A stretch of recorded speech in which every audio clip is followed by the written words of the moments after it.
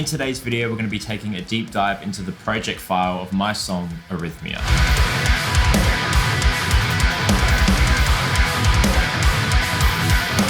Arrhythmia is an instrumental progressive metal track. I wrote it in 2023, which feels like an eternity ago, but I think in September it just crossed the 2-year mark. The reason why we're having a look at this song today is because I've spent the last week trying to get all of my old project files from my old Windows machine onto my brand new Mac Studio fit with an M4 Max and 64 gigs of RAM. I've had the Mac for about 4 or 5 months now, but it's always been a struggle to get these old projects open simply because, you know, there's just a lot of weird things happening when you try to transfer an old Windows file onto a Mac, along with a bunch of different like plugin failures and all that stuff. But after some contact rebuilds and resyncing all the files, we finally have this project open in front of us. I want to do this with all of my songs, so if you guys do enjoy this video and you want to see more project rundowns like this one, definitely let me know in the comments. But for now, let's take a look into the song. I won't play the whole thing, but this is what a short snippet of the track sounds like.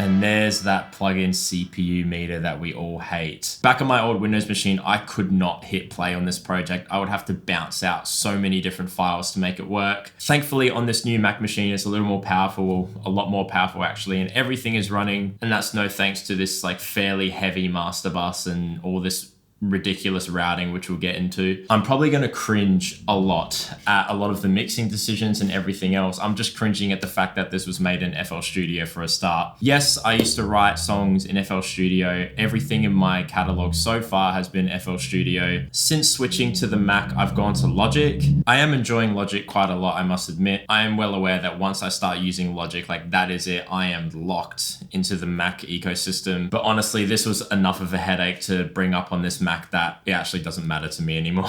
So going through the project top to bottom, it is huge. There's a lot of tracks, there's a lot of automation. All the blue tracks here kind of like automations, as are these like purple and yellow ones. They're either like telling a plugin to turn on and off or writing a fader or so on and so forth. We have drum MIDI over here. Now I'm using the P4 kit for this song. I had to rebuild this entire instance of Contact, reroute all the outputs and everything and make sure that all the settings were one-to-one from my old Windows machine, which thankfully I still have access to. It's finally working now, but I think this just solidified the fact that I hate Contact. Let's have a look. What drum section is good?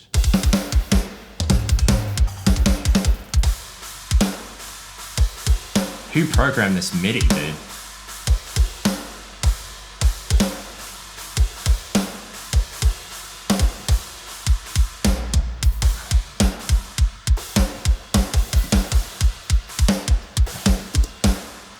So that's the drums. The drum mix is okay. I'd probably change a couple things now. Drums has always been the hardest thing for me. I really struggle with mixing drums. I get so many questions on, you know, why don't you do any drum mixing videos? And the truth is that I just don't feel qualified enough to show what I'm doing. I do feel a little bit better about it now, so maybe this video can be the start of that. But just on first listen, like what I want to change immediately is, I guess, I want more room sound.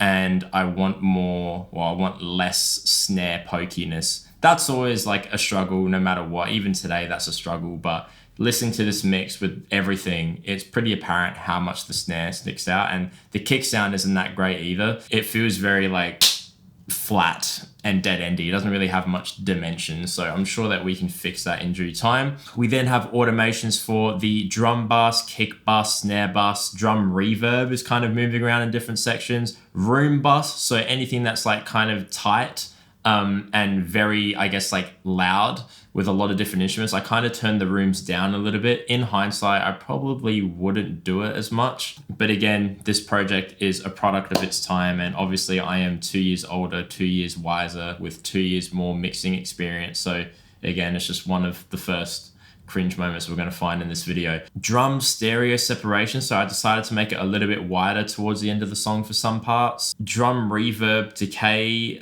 is getting pushed up for certain sections very, very slightly. You can barely see it. Some old bass stems that are muted. Bass MIDI, bass clean MIDI, along with sound effects automation. So anything that's a sound effect is like, you know, short stabs, impacts, risers, all that stuff. All of these tracks here with these little short sound clips, they are all sound effects. I assumed that I was making my own swells, like chord swells and stuff like that, low end swells, and I just kind of exported them to files, it seems like. Oh wow, we have even more down here. Okay, so yeah, this song was just absolutely rancid with sound effect, and there is a heartbeat within the clean section because, you know, arrhythmia, heartbeats, all that stuff.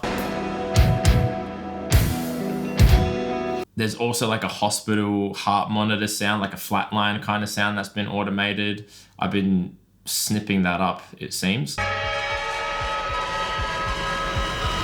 We then have bounce outs of synths and like, you know, layers and stuff like that. I don't know what I was using. I deleted the instrument back when I was first mixing the song. I imagine that it was Omnisphere. I didn't really mess around with it too much. I didn't really know what I was doing, but I think it was like, you know, just a couple different sounds within this track. Going on to the guitars. Now we obviously have automation for, you know, all the guitars, rhythm guitars. These are all the rhythm tracks over here. Yucky guitar slides. I think I just added some extra slide noises here and there and just bounced it out to a WAV file. And then we have things like, you know, sub outros, split coil layers. Nothing's labeled. I'm the worst ever. I couldn't even tell you what it is until we start playing it, and I'm too scared to solo the track because if I solo it, I don't know what combination of unsoloing I have to do to make it like the original track. We can do it in the mixer though, that's fine. I won't do it on the playlist. Lead guitars, clean guitars. There's a lot of guitars in this song, obviously. Layer leads, frantic layer leads. We have some waves, pitch automation stuff happening. This track, now that I'm looking at it, was a lot more intense than I thought it would be. I don't know. I think maybe like just thinking now, you know, you think back 2 years ago and you think, oh, you know, I probably wasn't doing that much back then. But honestly, compared to what I've released recently, I probably was doing a bit more. But I definitely know that's because I was trying to overcompensate for just my, you know, I guess the intrinsic feeling of not knowing what I was doing, or at least not thinking that I knew what I was doing. Once we start going through all of these different tracks, you know, there will be mixing decisions that, again, I cannot stand. And it brings a good opportunity to kind of redo some stuff, you know, and show you guys how I would mix it on a series of videos if that's something that you guys want. Let's solo instrument by instrument. Let's have a look at the drums. So the way that I've routed the drums is pretty self-explanatory. I've got everything labeled, at least I've got these labeled, right? Kick, snare top, snare bottom, all the toms, all the cymbals, overheads and room, everything is split out from the P4 library. They're put into respective buses, and then from there I have a drum bus, parallel compression bus, drum reverb bus, and then all of them go to a drum sum. That then goes to the instrument bus, which then goes to the master bus, and I put my limiter on another track because I don't know, it's just what I do. So I've put the limiter over there. As you can see, all that routing like one into another, combine that with all of the instruments in the track, it's no wonder why this project barely plays. But this is my workflow. I do like working this way. I also do it in Logic as well now. Having these kind of bus to bus to bus setups, it just makes it really easy for me to visualize what everything is, where everything is, how loud a certain section is compared to another, which we'll get into as we go into the other instruments. Having a look at the bass tone.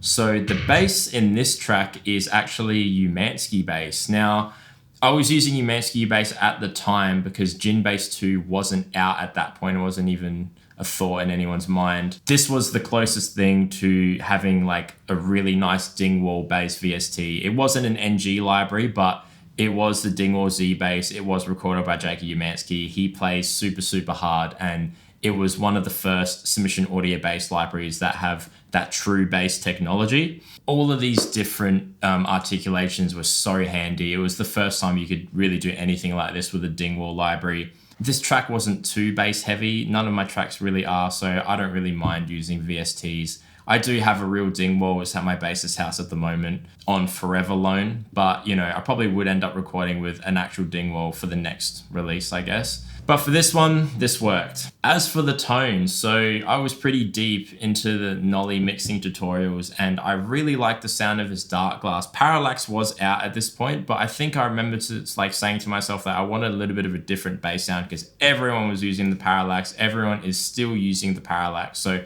I wanted to force myself to use the Microtube's B7K Ultra plugin from Neural DSP, which is the first bass plugin that they dropped. One of the first plugins that they dropped ever, I think. Still sounds great to this day. I'm using a custom IR. This IR is from the Red Wires bass IR pack. It's an SVT 810 cab, mic'd up with a 421 mic.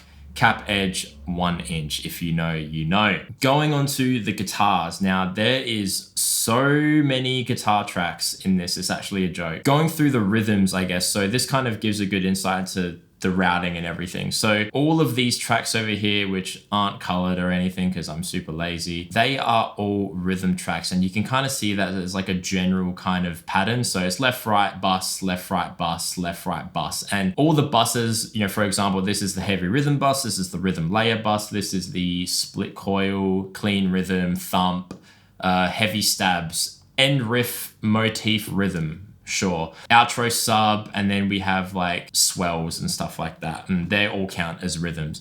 Each of those rhythm buses then get fed into this rhythm guitar bus. It's kind of like a master rhythm guitar bus where all of the rhythm guitars go to.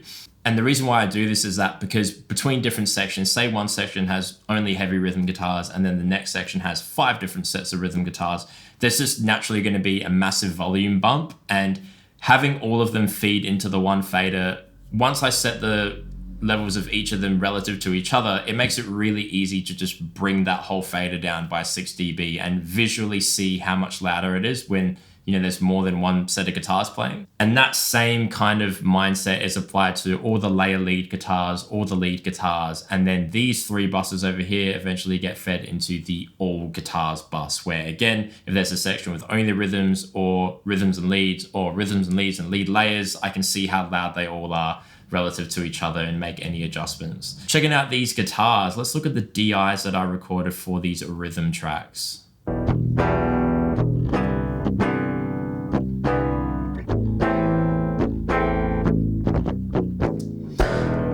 Fresh strings played hard as, you know, the string source strings, you can hear how clear they are.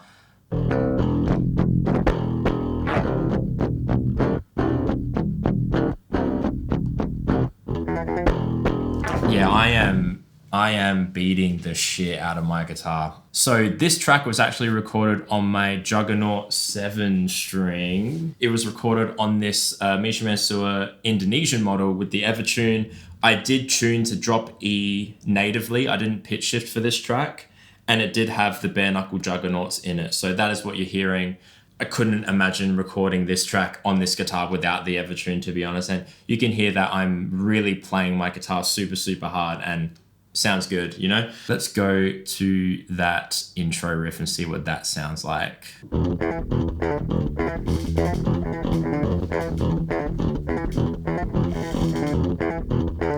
So just double tracked, no quad track. The tone that we had back in the day, I was using the Fort and Cali just to get these grind pedals here, feeding into the Nolly, and I actually used the IRs within the Nolly plugin.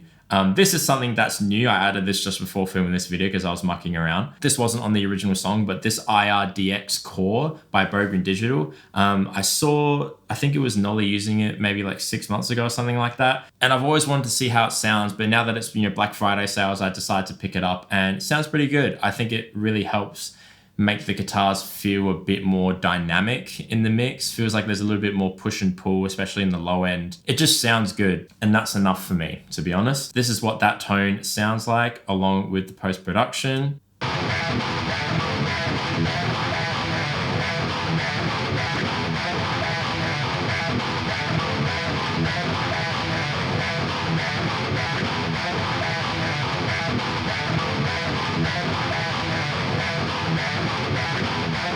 Looking back now, I would probably be a little less heavy-handed with how, I guess, processed these guitars sound. They sound a little bit weird, kind of like I've taken out too much high end.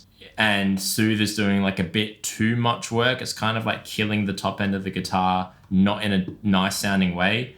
In the mix, it sounds good, but like on isolation, I'd probably change a couple of things. But again, maybe we can do that in a future video.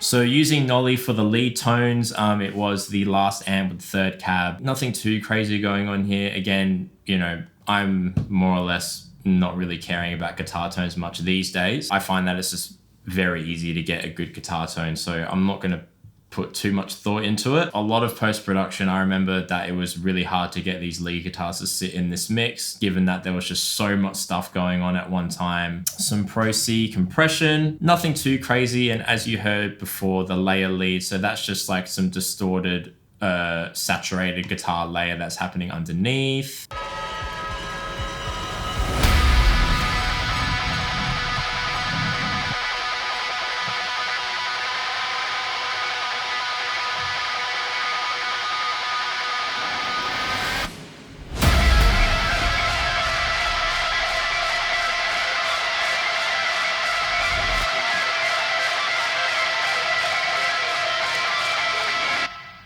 A lot of these like layer tracks and stuff were bounced out. I do have all the original preset files and everything. You can actually get them on my web store if you want to get your guitars to sound like that, even that weird, disgusting, hectic layer thing. All the preset files are up on the web store, and I could probably just pull them up again if I desperately had to get them again. Let's have a look at this clean section. So this clean section is a bit full on. There's a lot of different sound effects and stuff going. So you can hear that there's the heartbeat sample in there, some pad chords and stuff like that, some risers.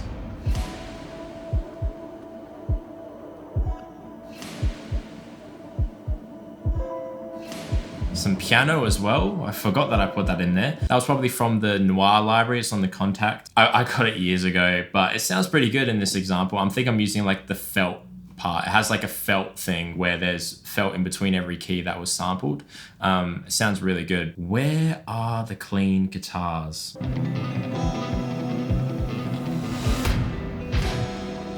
Okay, I was trying to find the clean guitars and I've put the clean rhythms with the rhythms. I would probably do that a little bit differently these days. I'd probably just have the clean guitar. Anything that's clean, whether it's rhythm or lead, just like completely separate from everything else, rather than put any rhythm section, including clean rhythms, with the rhythms. Clean rhythms are sounding nice and chimey.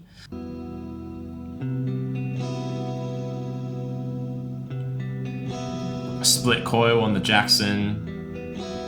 And you can hear the consistency between the left and right side.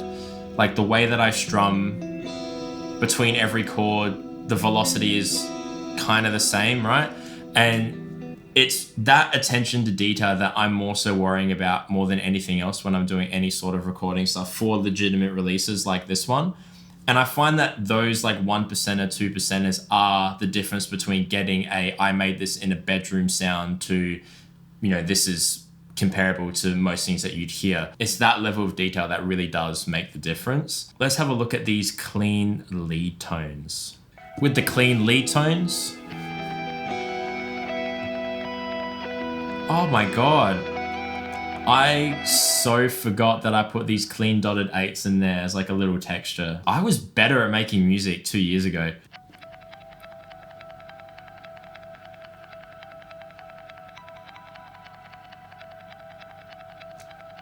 Sounds good when you combine that with the clean lead.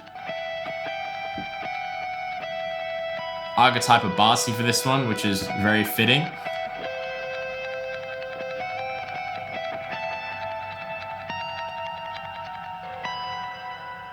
What is, I want to see what this track over here is. So this is playing something. Oh, okay, yeah, cool.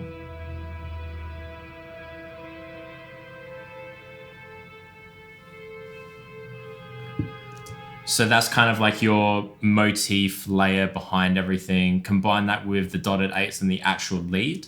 you get this really nice full guitar sound. When you put in the rhythms and the thumps, and then the clean and stabs.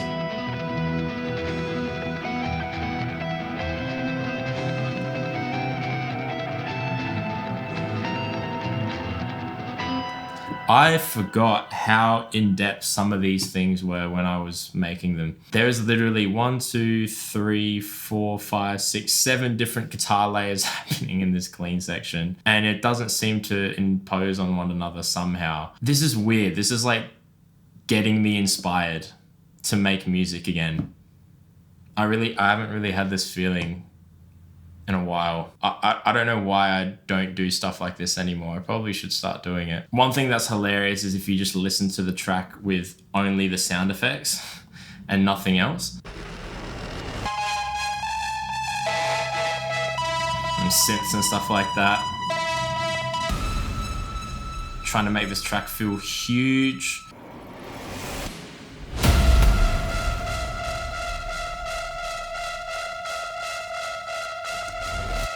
A lot of these sound dumps and stuff like that are from the JST Chaos pack.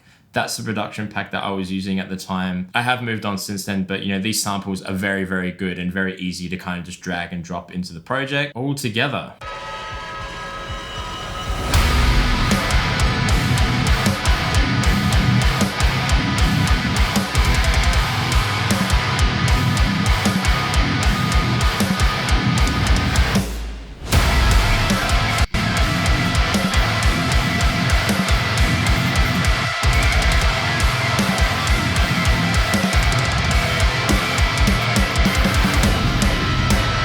Let me know if you want me to do a really, really deep dive and kind of remix this for a YouTube series. I think that would be really cool. I'd have a lot of fun doing that as well. If I sat here and went through every single, track and every single plugin or their settings, we would literally be here for hours. So I won't do that to you for now. But yeah, if I can get any of the other projects from, even from all the way back from songs like Black, White, Grey, Pulse, even the newer stuff with Connor, all the kinetic stuff, I am in the process of getting that working on this machine. So once that's done, we can definitely go through those as well. Thank you guys so much for checking this out. I'll catch you in the next one. Peace.